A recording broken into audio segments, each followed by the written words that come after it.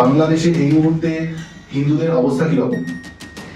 বাংলাদেশে হিন্দুদের অবস্থা ভালো নয়। যখন রাজরোষ সাধারণ সমাজের উপর নেমে আসে সেই সময় মানুষ বড় অসহায় হয়ে থাকে।